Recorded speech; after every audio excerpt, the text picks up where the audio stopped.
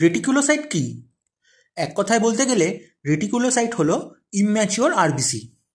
কিন্তু কতটা ইম্যাচিওর সেটা বুঝতে গেলে আমাদের বোন ম্যারোতে আরবিসি ডেভেলপমেন্ট একটু জানতে হবে।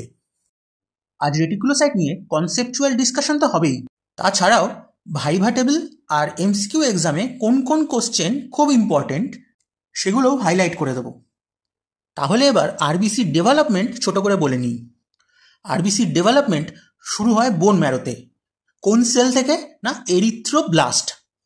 Very important, precursor cell of RBC is erythroblast.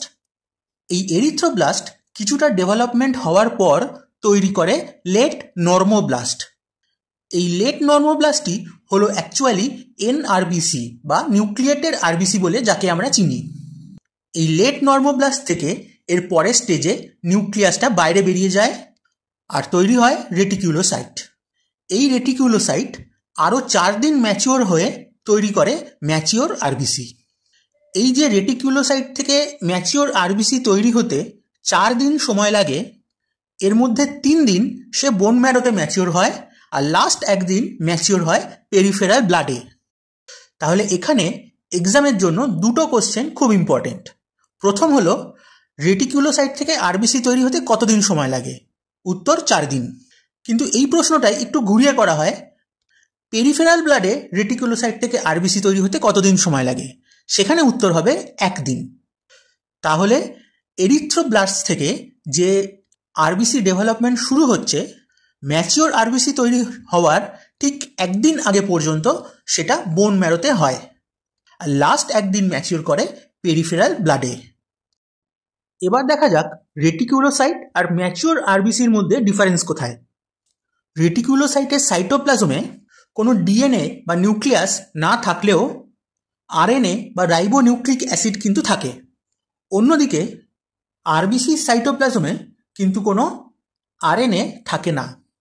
আমরা যখন কোনো peripheral blood smear Leishman stain করি, আরবিসিতে হিমোগ্লোবিন থাকার জন্য সেটা রেড কালার নেয়, কিন্তু রেটিকুলোসাইটে হিমোগ্লোবিনের সাথে আরএনএও থাকে, সেই কারণে রেডের সঙ্গে হালকা ব্লুইশ একটা কালারও পাওয়া যায়।